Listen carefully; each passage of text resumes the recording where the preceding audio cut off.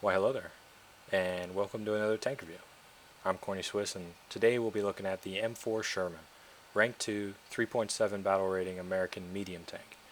Now, as with all reviews, if there's a section you want to see, all the parts of this review are timestamped down below, so realistic battle, simulator battle, final opinion, all that good stuff, timestamp below. Go, if you don't want to watch the garage portion, go right on to the gameplays if you want. Or if you want to watch the garage portion, stick around, because let's get started with that.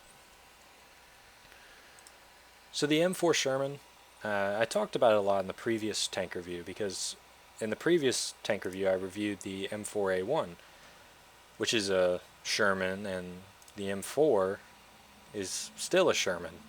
There's a ton of similarities between the M4 and the M4A1. The differences in War Thunder are that the M4 doesn't have a 50 cal machine gun, has extra armor bolted on, and has a slightly different profile in terms of how the armor is angled. So all of the historical facts still hold true. The Sherman was one of the most produced tanks of the Second World War. You have, I believe, 50,000 of these things produced, which is right up there with the T-34. And the Sherman definitely followed the ideology of, we're going to make them cheap, we're going to make them reliable, and they're going to be easy as hell to fix. Whereas German designers said this tank is going to be a monster, it's going to be unstoppable, it's going to kill everybody. And that's not really the idea behind the Sherman. The Sherman is meant to be a cog in the machine, and a cog that you can replace very easily. There's plenty of stories of a Sherman getting its turret blown off or severely damaged, being sent back to the rear, not to the factory, just to the rear, getting a new turret fitted, and being sent back to the front. So the logistical train behind these things was great, because all the parts are mass produced, and they're all the exact same, or at least variant by variant, and even the variants are very similar to each other. So you could basically use these things like jigsaw puzzles and just put them back together. Which is why German tank crews, more often than not, would, if they had the opportunity to, continue to shoot at Shermans until they lit on fire. Because the fire would damage enough of the tank that it would either be a very long time before that tank saw action again, or just would never see the front again and would be scrapped. That was the only way they could assure that they had actually knocked the tank out of the war. Because if they just put a hole in it, well, we'll go patch the hole and send it right back. I mean, get a new crew, patch the hole, send it back into action. That was the idea behind the Sherman. Not get a new crew, because hopefully the crew survives, obviously, but it wasn't built to be the end-all, be-all tank. It was supposed to be a jack-of-all-trades that was very modular and easy to repair and maintain and things like that. And it is a pretty reliable tank. Now in War Thunder, this Sherman variant, just the M4, has a 30.6 ton mass, 400 horsepower at 2,400 RPM. I mean, same as the M4A1, right? Same engine, same weight, same top speed, same max inclination, same turret rotation speed, 24 degrees a second. The M4 has 2 less degrees of gun depression, and that's primarily due to the fact that you actually have, honestly, it's just the way the tank is designed now, right? You sacrifice 2 degrees of gun depression for a bigger mantlet and some extra armor and things like that. 25 degrees of elevation still, yeah, I mean, same thing. Hull armor. The hull armor is where we see the differences between the M4A1 and the M4. Now bringing up the armor model. On the M4A1, this was all angled and sloped, more like a gentle curve rather than just a sharp angle, which has advantages but also has weaknesses. Now, an advantage of having the armor in this profile is angling is more effective now. What do I mean? Well, this 38.1 millimeters of armor is paper. However, if you angle like this, the armor is about 113, 120, and you have this extra armor here that is going to add thickness there. and cover the ammo racks. On the M4A1, the bulge right here was a weak spot. There is no bulge here, so this is solid armor. 90 something over here, 80 something at the base, and it goes all the way out to well over 100. Now directly from the front, you have a few interesting features. Obviously you have the upper glacis, which has these, I guess, sort of glaring weak spots right here, where the armor is flat from the front and is kind of just really exposed. It's 50.8 millimeters, and it is actually really close to that. However, you do have the advantage of these 25 millimeter extra plates bolted on the front. Now that doesn't mean it'll save you, but at least the weakest part of the tank has some extra protection. The rest of the hull is about 80 to 87, 90 millimeters from top to bottom on the upper glacis, which is pretty good. That's fairly safe. T-34s will struggle to pen you frontally through that, and well, Panzers with the long 75mm gun won't really have any trouble, but at least it'll give you a chance. With angling, it really becomes a good chance. Alright, and then you also have this extra drive wheel bolted on the front, which counts as 15mm of armor, and behind that, 50.8mm of armor sloped back at 56 degrees makes it about 70 or so degrees, 70 to 75, except on the top where you have this bar across here, which is basically flat. However, that's a really small target. You have this section of the armor, which is basically as advertised thickness, 50.8 millimeters. So that is kind of a weak spot right through here, and it is front-mounted transmission. However, the lower plate is fairly well angled and fairly well protected. Now, the sides of the tank, as I already alluded to, paper, paper, paper, rear, paper, paper. 50.8 millimeters unangled is not really good enough. But the interesting part about this tank is the turret. Now, the front of the turret is 76.2 millimeters, and you'll struggle to find a spot that is less than 90 millimeters on this orange section here that I've highlighted. On the actual gun mantlet, it's 50.8 millimeters, and it's basically as advertised. Obviously, it gets thicker as it goes up to about 90, but for a majority of it, it's around 50 or so. You have this extra plate right here, which is 88.9 millimeters thick, and is basically 125 millimeters right here. So this plate is a no-go zone, and it acts as spaced armor to protect the gunner who sits back there, and the commander. You also have this extra armor here, which is 88.9 millimeters, that sits behind the gun mantlet, which from here is effectively, it's hard to get an exact reading, but I imagine it's right about advertised thickness, about 90 millimeters. There is an armor hole. If you can penetrate this 50.8 here, you'll notice that this does not cover the entire gun mantlet. See, there's a spot right here that it doesn't cover. Alright, that means you can be penetrated through the top right above the gun, which could be an issue, but it is a small target, and around it is very well armored. So the turret is pretty good, and it has good gun depression at 10 degrees to really allow you to use that. So let's look at the layout. It's basically the same as the other Shermans we've seen in the game. You have the gunner sitting behind this extra plate here. Behind him sits the commander. On the other side is the loader.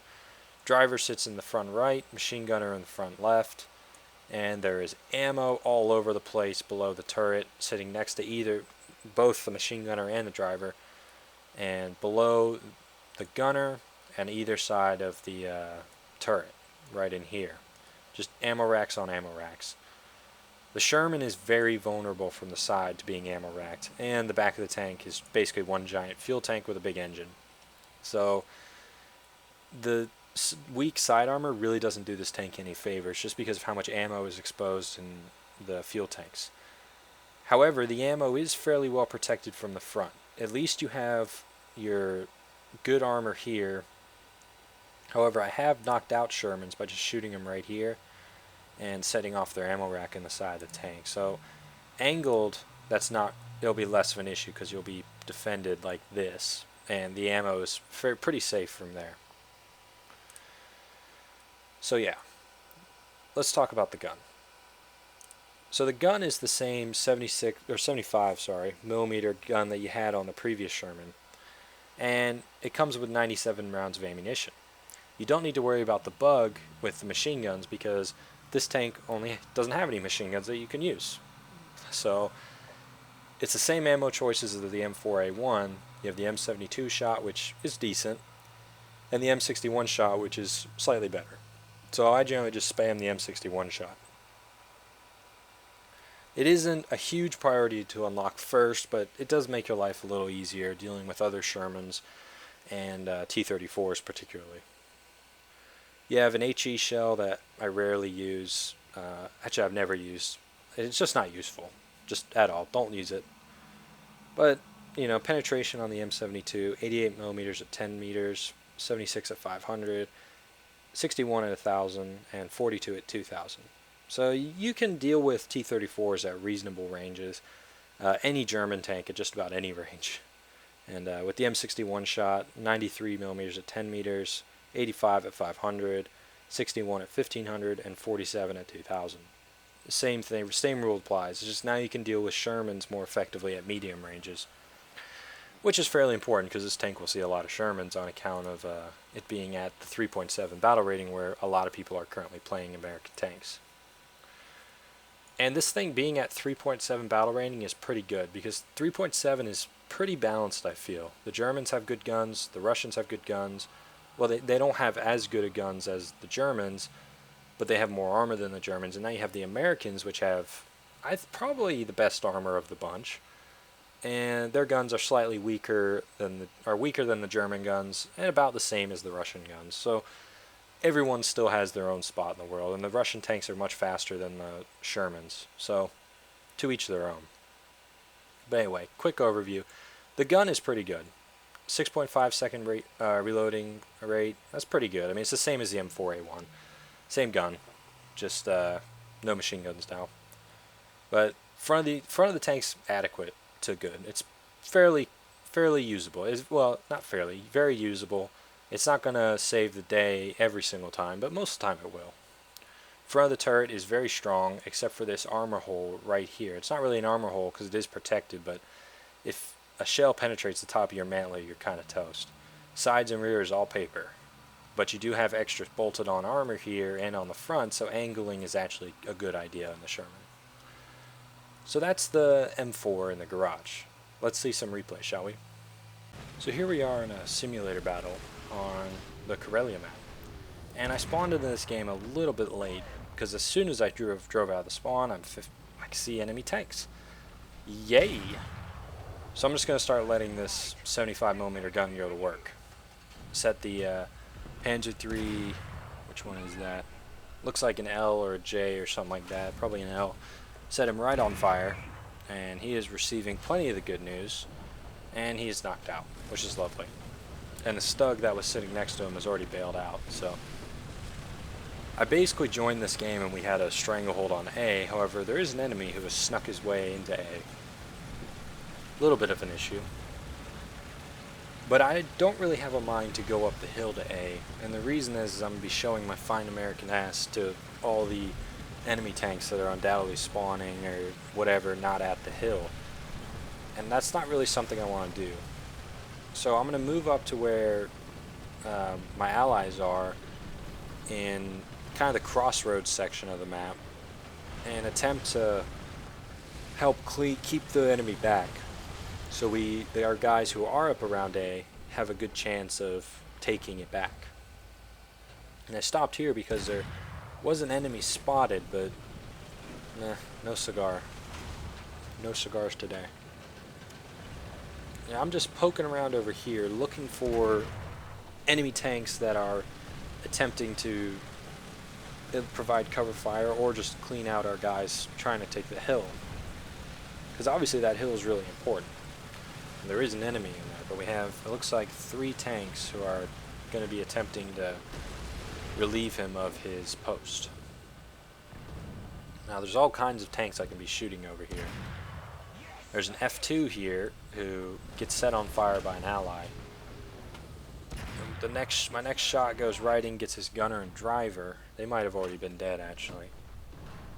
But I'm gonna aim again. My next shot goes right through his driver's hatch, right through his driver's hatch, and does the whole crewing. And there are more enemies sitting up here, and I just got hit by the 3L, but he received a great big dosing of the good news. There's actually an enemy who's poking around that corner, and this gun is perfectly adequate for German armor at that range. German 3.7 battle rating armor, that is.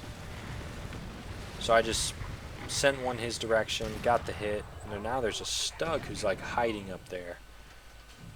Gonna have to dig him out, but we've recapped A, which means now the position we're holding is actually really, really important, because it's going to prevent them from mounting any type of counterattack, and our guys can look towards their other spawn and not this one. Decent shot right there, get the transmission, and set that tank on fire. It's always good to set tanks on fire because it generally causes a lot of problems in a confined space. For some reason, crew members don't do well when the tank is burning and they're locked inside. I don't know why. We're just going to keep shelling this guy. I'm trying to get the optimal angle, get another transmission fire.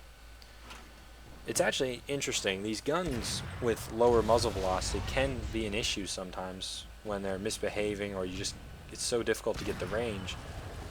But in situations like that, it's actually fairly useful because you can sort of loop shots rather than run into the issue of having rock walls and hills and things like that. But I took a big hit from the Stug, I believe, and he got my transmission.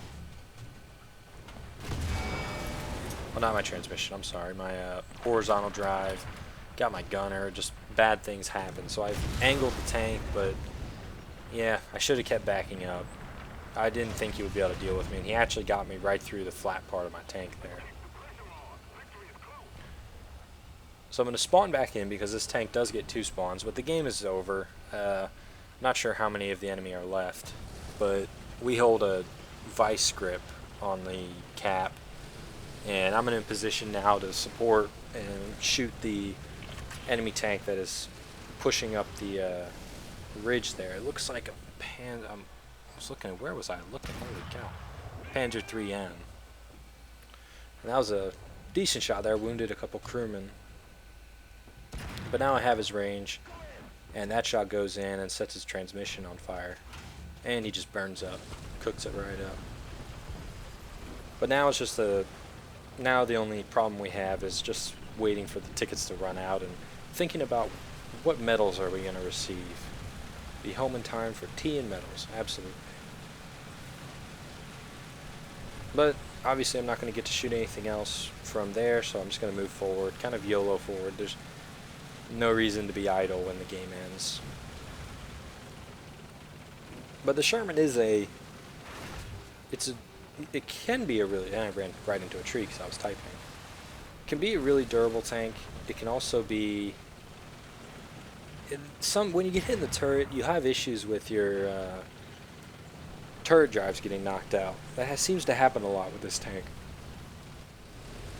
And I think a lot of times people are shooting for that armor hole behind the gunman, and a lot of times it just hits your gun. So this tank loses its gun a lot, but not because the gun is delicate, but because people shoot it right there a lot. And we get the nice smooth victory, and for some reason this happens to me every once in a while where the game actually keeps running even though the game's over. And usually I just sort of drive around and shoot at stuff until it loads me back in. I think it's just an internet thing that just takes a few extra seconds, but it was a fun game, and it's interesting how the Sherman can be played, because I feel like you can do anything with the Sherman. You can, other than engage at super long ranges, but at 3.7 battle rating, you really don't want to do that anyway. So let's move on to the next replay, shall we? So here we are in a realistic battle on Mozdok in the M4. Now this is going to be a interesting game, and it's all going to come down to, I think, to some degree teamwork, but also sort of where I feel the M4 shines. Remember, this tank was designed as sort of a a breakthrough tank that once you create a hole, you send the Shermans through, and they just keep pushing that hole and keep pounding the enemy and pushing that line back until they run out of fuel, run out of ammo, or just get stopped somehow. It's not designed to hold defensive positions or things like that. It's designed to keep moving, run and gun, and get after the enemy. And the Sherman's actually really, really good at firing on the moves. The American tanks are probably the best at firing on the move in the game. Even really slow tanks are, like the Jagdtiger, are way less. Well, the Jagdtiger's not even all that slow. But you get my point, is that the Shermans have that a little bit of vertical stabilization, and that really helps hit targets on the move. And you can come out with some pretty impressive shots, I think. I've seen teammates hit amazing shots, full speed on the move in a Sherman, and nail some other tank at 1,000 meters, and I think that's pretty cool. And it's historically accurate, which is fantastic. But either way, we're making our way through the hills over here to create kind of a right hook. We want to take this hilly region and use all that momentum to push the enemy into their spawn and then around to the other spawn and eventually to cap. Obviously the enemy have a different idea. They would rather we didn't throw a massive right hook, and they're going to try and parry that blow. But the enemy's resistance might be futile. We have a lot of tanks in this area. A majority of our team spawned on this side of the map. And it doesn't appear to be horrendously stiff resistance over here.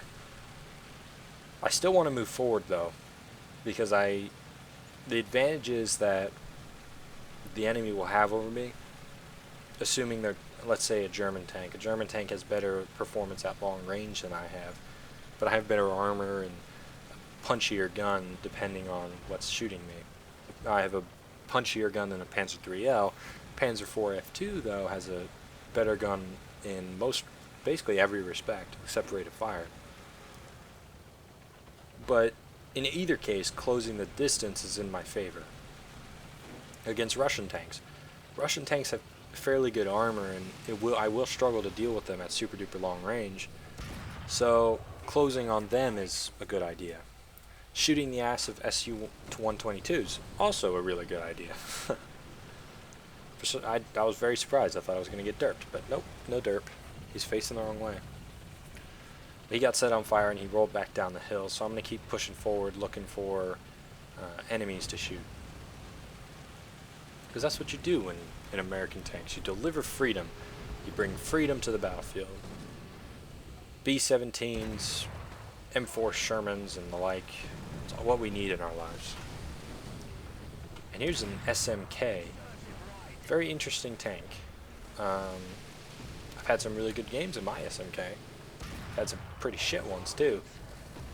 The issue I run into is right here.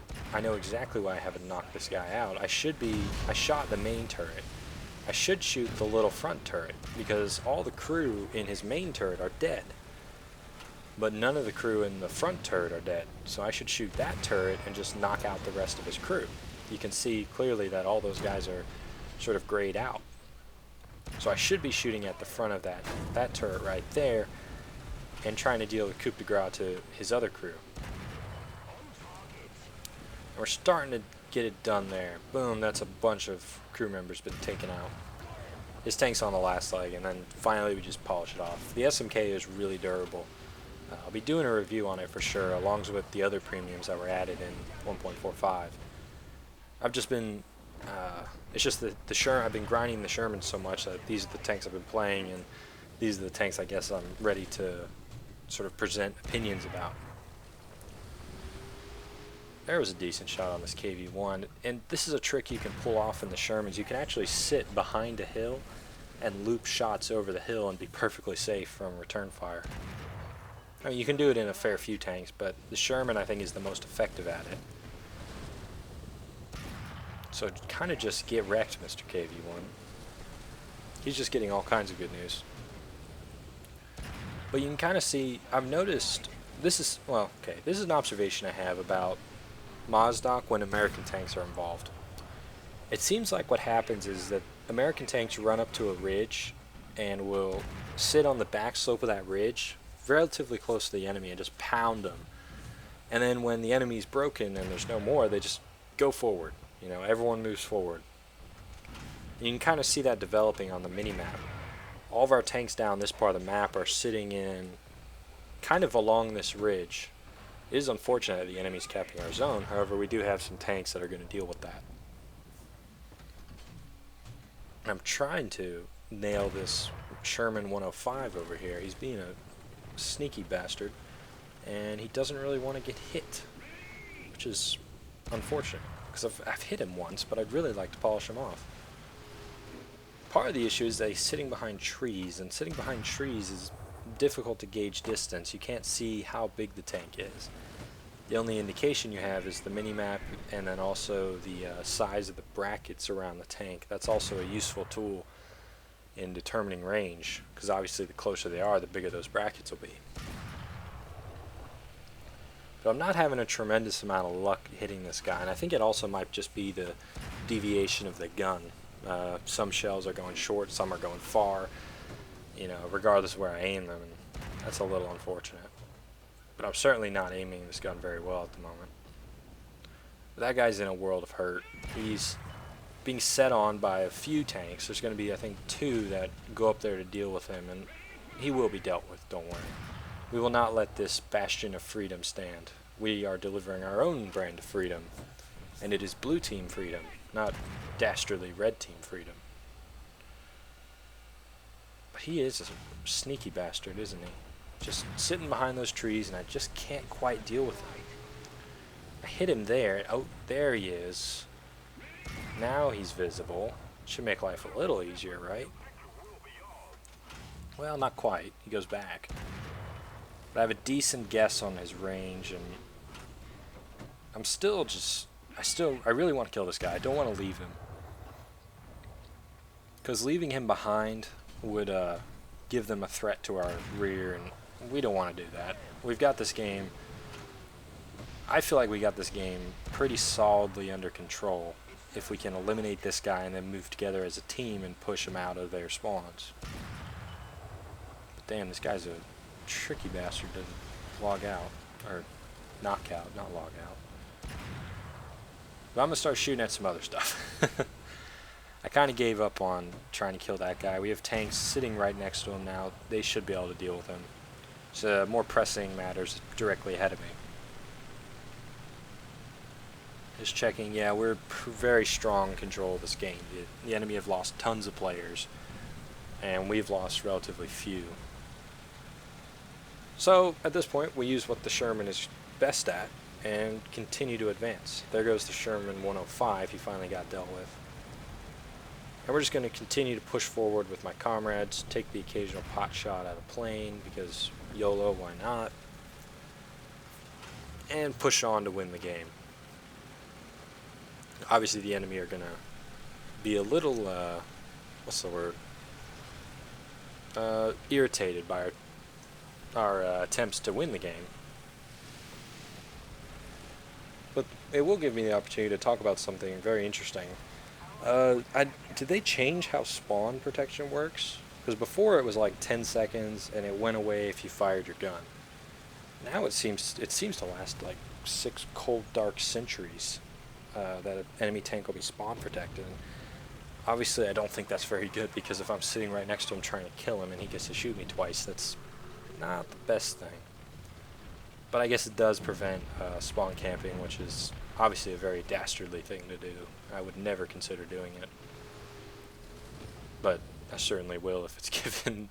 I'm given the opportunity. And ooh, T-34 got a good hit on me there.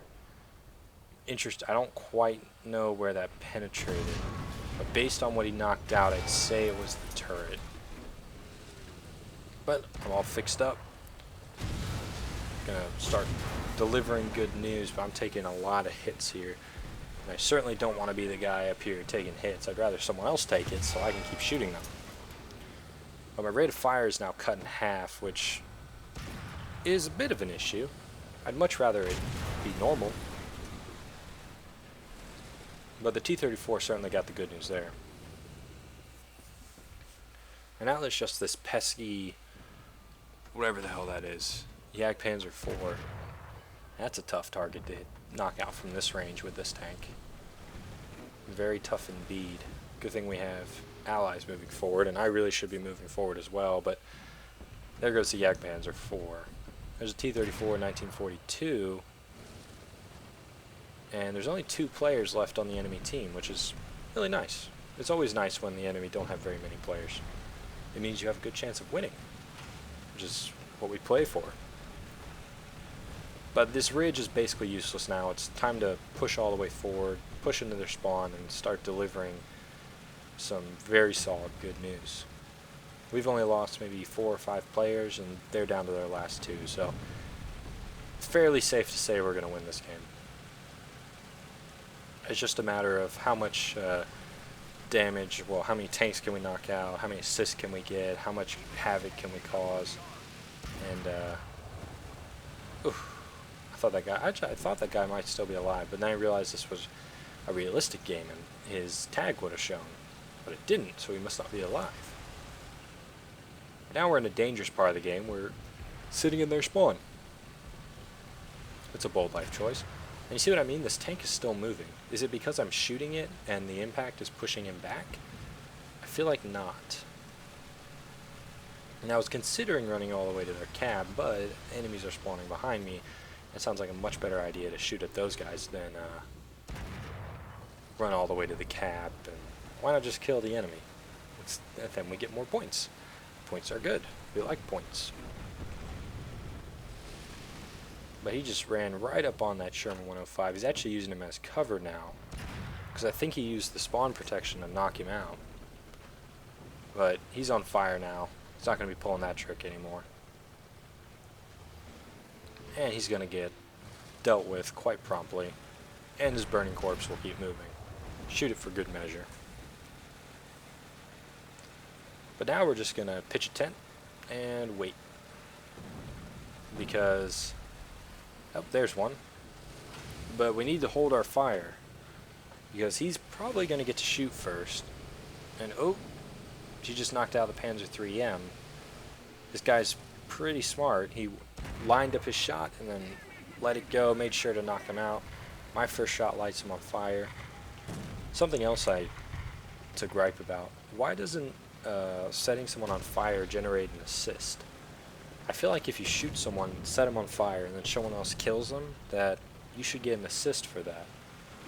Because clearly you did something damaging to the enemy tank. I mean, you set him on fire. That might have had some serious problems for him.